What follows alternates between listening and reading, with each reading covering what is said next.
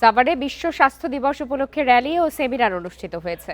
সকালে গণস্বাস্থ্য কেন্দ্রের PHA অডিটোরিয়ামে আয়োজিত অনুষ্ঠানে প্রধান অতিথি ছিলেন সংসদ সদস্য ডাক্তার দেওয়ান মোহাম্মদ সালাউদ্দিন বাবু।